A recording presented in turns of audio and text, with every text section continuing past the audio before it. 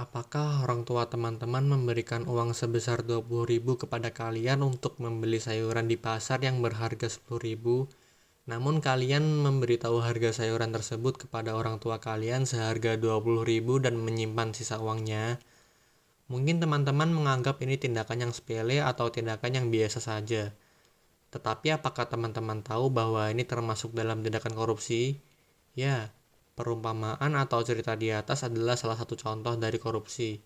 Sebelum kita mendalami tentang korupsi, pertama-tama kita harus mengetahui definisi dari korupsi itu sendiri. Apa itu korupsi?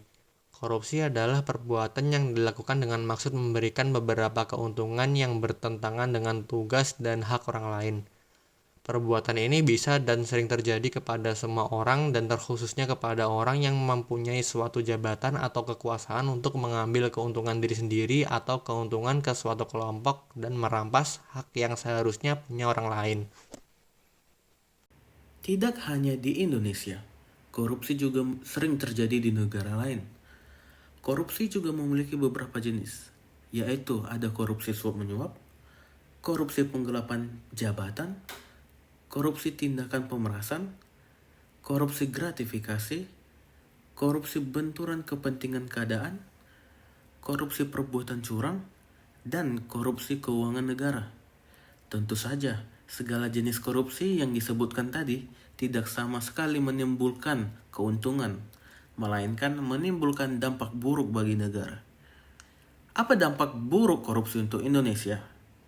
Korupsi mengakibatkan lambatnya pertumbuhan ekonomi negara, menurunnya investasi, meningkatkan kemiskinan, serta meningkatkan ketimpangan pendapatan. Korupsi juga dapat menurunkan tingkat kebahagiaan masyarakat Indonesia atau di suatu negara.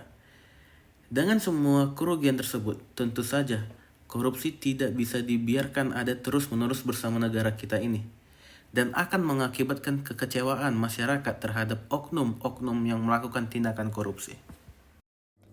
Salah satu contoh dari tindakan korupsi yang terjadi di Indonesia adalah korupsi keuangan bantuan likuiditas anak Indonesia, singkatan dari BLBI.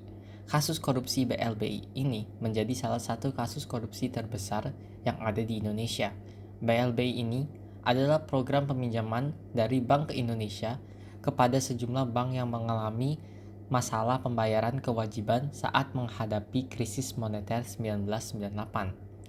Bank yang telah mengambilkan bantuan mendapatkan surat keterangan lunas (SKL), namun belakangan diketahui bahwa SKL itu memberikan sebelum bank tertentu melunasi bantuan.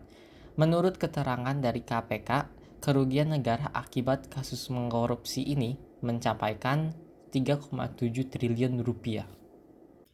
Tentu saja kita harus menghentikan kasus-kasus korupsi yang terjadi di Indonesia. Oleh karena itu, kita harus melakukan gerakan anti korupsi. Hal yang bisa kita lakukan adalah menjauhi korupsi dengan menjadi orang yang jujur. Mulailah dari hal-hal kecil seperti mengembalikan pembalian yang berlebih, atau mengembalikan dompet yang kita temukan kepada sang pemilik, dan hal-hal kecil lainnya. Karena jika kita terus-menerus melakukan kejahatan yang kecil, maka kita akan terbiasa dengan hal-hal tersebut dan bisa saja melakukan suatu kasus korupsi yang besar di hari yang akan datang nantinya.